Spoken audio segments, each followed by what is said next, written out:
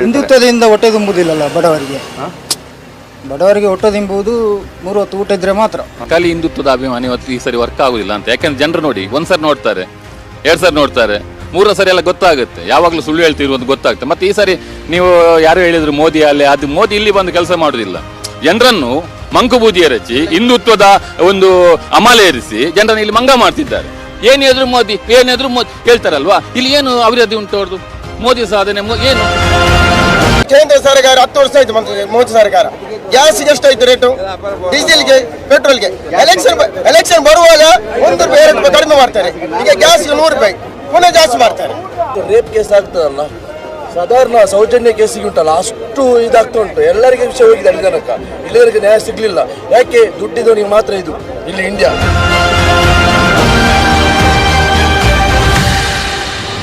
ರಾಮ ಮಂದಿರ ಇದೆಲ್ಲ ಕೆಲಸ ಮಾಡುತ್ತಾ ಚುನಾವಣೆ?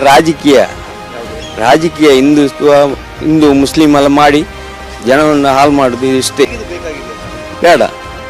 ಜನವು ನೆಮ್ಮದಿ, ಇದು ಶಾಂತಿ ಬೇಕಷ್ಟೇ. ಇಲ್ಲಿ ಮೋದಿ ಗ್ಯಾರಂಟಿ ನಡೆಯುವುದಿಲ್ಲ. ಈ ಸಲ ಗ್ಯಾರಂಟಿ 100% ನಮ್ಮ ಖರ್ಗೆ ಅವರು ಇಲ್ಲದ್ರೆ ರಾಹುಲ್ ಗಾಂಧಿ ಮುಖ್ಯಮಂತ್ರಿ ಆಗ್ತಾರೆ. ಅವರು ವಿದ್ಯಾಭ್ಯಾಸ ಉಂಟು. ರಾಹುಲ್ ಗಾಂಧಿ ಪ್ರಧಾನಮಂತ್ರಿ, ರಾಹುಲ್ ಗಾಂಧಿ ಆಗ್ತಾರೆ. ಯಾಕೆ ಗೊತ್ತುಂಟ? ಅವರಿಗೆ ವಿದ್ಯಾಭ್ಯಾಸ ಉಂಟು. ವಿದ್ಯಾಭ್ಯಾಸ ಇದ್ದವರು ಬೇಕು ನಮಗೆ. ಬಹಳಷ್ಟು ಕಷ್ಟಪಟ್ಟು ಸಾಂಪ್ರದಾಯಿಕವಾಗಿ ಮಾಡತಕ್ಕಂಥ ಕೃಷಿಕರು ಇಲ್ಲಿದ್ದೇವೆ ನಾವು. ನೋಡಿ, ಇಲ್ಲಿ ಅಡಿಕೆ ಧಾರಣೆ ಕುಸಿದಿದೆ, ಯಾರು ಕೇಳ್ತಾ ಇಲ್ಲ. ಏಕದಮ್ ಬೇರೆ ದೇಶಗಳಿಂದ ಆಮದು ಮಾಡಿಕೊಳ್ತಾ ಇದ್ದಾರೆ.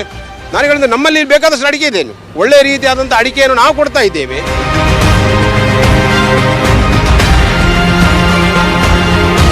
ದಕ್ಷಿಣ ಜಿಲ್ಲೆಯಲ್ಲಿ ಬದಲಾವಣೆಯ ಗಾಳಿ ಬೀಸ್ತಾ ಇದೆ. ಒಳ್ಳೆ ಸಚ್ಚಾರಿತ ಕ್ಯಾಂಡಿಡೇಟ್ ಅನ್ನು ಕಾಂಗ್ರೆಸ್ ಅಲ್ಲಿ ಕೊಟ್ಟಿದ್ದೇವೆ. ಈ ಸಲ 100% ವಿನ್ ಆಗ್ತಾರೆ. ಯಾವ ಕಾರಣಕ್ಕೆ ಬದಲಾವಣೆ ಆಗ್ತದೆ ಅಂತ? ಏನು ಅಭಿವೃದ್ಧಿ ಏನಾಗಲಿಲ್ಲ. ಇದ್ದ ಸಂಸ್ಥೆಗಳೆಲ್ಲ ಮಾರಿದ್ದಾರೆ. ಇನ್ನು ರೈಲ್ವೆ ಸ್ಟೇಷನ್ ಒಂದು ಮಾತ್ರ ಬಾಕಿ ಉಳಿದಿದೆ. ಏರ್ಪೋರ್ಟು ಅದಾನಿಗೆ ಮಾರಿದ್ದಾರೆ. MRPL ಯಾವುದಿಲ್ಲ, ಎಲ್ಲ ಮಾರಿಯಾಗಿದೆ. ಮತ್ತು ಬೆಲೆ ಏರಿಕೆ, ಇದು ಗ್ಯಾಸ್ ಇದ್ದು 400 ಇದ್ದದ್ದು 1100 ರೂಪಾಯಿ. ಈಗ ಬಿಜೆಪಿ ಕಾಂಗ್ರೆಸ್ ಹೇಳಿ ಸರ್. ಬಿಜೆಪಿ ಬೆಲೆ ಏರಿಕೆ ಜಾಸ್ತಿ ಆಗಿದೆ. ಎಲ್ಲದಕ್ಕೂ GST, ಮೊಸರಿಂದ ಆಹಾರ ಫುಡ್ಡುಗೆ ಫುಲ್ ಹಾಕಿದ್ದಾರೆ GST. ಪೆಟ್ರೋಲ್, ಗ್ಯಾಸ್ ಎಲ್ಲ ಜಾಸ್ತಿ ಹಾಕಿದ್ದಾರೆ. ಬೇಕಾ? ಜಾಸ್ತಿ ಬೆಲೆ ಏರಿಕೆ ಜಾಸ್ತಿ ಮಾಡಿದ್ದಾರೆ. ಮೋದಿ ಅಲೆ ಇದೆ ಅಂತಾರಲ್ಲ? ಮೋದಿ ಅಲ್ಲೇ ನಮ್ಗೆ ಗೊತ್ತಿಲ್ಲ, ಅದು ಚರ್ಚೆ ಇರ್ಬೋದು. ಕಾಂಗ್ರೆಸ್ ಮೊದಲು ಮಾಡಿದ್ದನ್ನೆಲ್ಲ ಇವರು ಮಾರಿ ತಿಂದಿದ್ದಾರೆ. ಈಗ ಕಾಂಗ್ರೆಸ್ ಬೆಸ್ಟ್. ಕಾಂಗ್ರೆಸ್ ಮಾಡಿದ್ದಾನೆ ಇವರು ಅನುಭವಿಸಿದ್ದಾರೆ.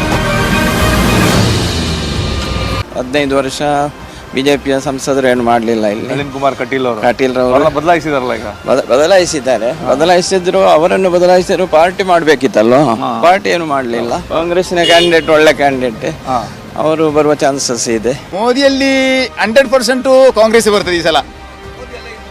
ಮೋದಿ ಇದ್ರು ಬರ್ತದೆ ಅಂತ ನಮಗೆ ಒಂದು ಗ್ಯಾರಂಟಿ ಉಂಟು. ಸಿದ್ದರಾಮಯ್ಯನವರು ಸಹ ಒಳ್ಳೆ ಮಾಡಿದ್ದಾರೆ. ನಮಗೆ ಈಗ ಇಲೆಕ್ಟ್ರಿಸಿಟಿ ಅದೆಲ್ಲ ಫ್ರೀ ಬರ್ತಾ ಇದೆ 1 ವರ್ಷದಿಂದ ನಮಗೆ. ಕ್ಯಾಪ್ಟನ್ ಬ್ರಿಜೇಶ್ ಚೌಟಾ ಮತ್ತು ಪದ್ಮರಾಜ ಮೆನ್ ಅವರು ಒಂದು ಜಟಾಪಟಿ ಇದೆ. I think it's not going to be a cake walk for any of them. ದಕ್ಷಿಣ ಕನ್ನಡದ ಜನರು ಬಯಸೋದು ಏನನ್ನ ಅಂತ? ಬೇಸಿಕಲಿ ದಕ್ಷಿಣ ಕನ್ನಡ ಜನತೆ ಬಯಸೋದು ಪೀಸ್, ಅಂದ್ರೆ ಶಾಂತಿನೇ ಬಯಸ್ತಾ ಇದ್ದಾರೆ. ಎಲ್ರೂ ಶಾಂತಿ ಬಯಸ್ತಾ ಇದ್ದಾರೆ. ಎಲ್ರಿಗೂ ಈ ಕೋಮು ವಿವಾದ ಆಗಲಿ ಅಥವಾ ಏನೋ ಅದು ಇದು ಯಾವುದು ಯಾರಿಗೂ ಬೇಡ. ಈ ಸಲ ಕರ್ನಾಟಕದ ನೋಡಿ ಯಶಸ್ಸು ನೋಡುವಾಗ ಕಾಂಗ್ರೆಸ್ ಒಳ್ಳೆದುಂಟು. ಯಾವ ಕಾರಣಕ್ಕೆ? ಯಾಕಂದ್ರೆ ಒಳ್ಳೆ ನಮಗೆ ಒಂದು ನಮ್ಮ ಹೆಂಡತಿಗೆ ಒಂದು 2,000 ಬರುದು, ಮತ್ತೆ ಒಂದು ಏನಾದ್ರು ಕರೆಂಟ್ ಫ್ರೀ. ಇನ್ನು ಮುಂಚೆ ಆದ್ರೆ ನಮಗೆ ಒಂದು ಬಸ್ ಇಲ್ಲ ಇಲ್ಲಿ, ಇದಿಲ್ಲ.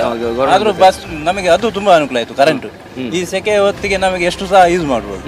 ಒಂದು ಹೆಚ್ಚಂದ್ರೆ ಒಂದು 15 ರೂಪಾಯಿ 50 ರೂಪಾಯಿ, ಮುಂಚೆ 800 ರೂಪಾಯಿ ಬರ್ತಾ ಇತ್ತು. ಅದು ತುಂಬಾ ಟ್ರಾಫಿಕ್. ಹಿಂದುತ್ವದಿಂದ ಹೊಟ್ಟೆ ತುಂಬುವುದಿಲ್ಲಲ್ಲ ಬಡವರಿಗೆ ಹೊಟ್ಟೆ ತುಂಬುವುದು 3 ಹೊತ್ತು ಊಟ ಇದ್ರೆ ಮಾತ್ರ. ಅದನ್ನು ಸಿದ್ದರಾಮಯ್ಯ ಸರ್ಕಾರ ಕೊಟ್ಟಿದೆ. ಅದಕ್ಕೋಸ್ಕರ ಕಾಂಗ್ರೆಸ್ ಊಟ. ಯಾಕಂದ್ರೆ 33 ವರ್ಷದಿಂದ ಕಾಂಗ್ರೆಸ್ ಬಂದಿಲ್ಲ ಇಲ್ಲಿ. ಇಂದಿರಾ ಗಾಂಧಿ ಸರ್ಕಾರವೇ ಹೋಗಿದೆ. ಅದಕ್ಕಿಂತ ದೊಡ್ಡದು ಮೋದಿ ಅಲ್ಲ. ಯಾರಾಗಬೇಕು ಸೆಂಟ್ರಲ್ ಅಲ್ಲಿ? ನಿಮಗೆ ಸೆಂಟ್ರಲ್ ಅಲ್ಲಿ ರಾಹುಲ್ ಗಾಂಧಿ ಆಗಬೇಕು.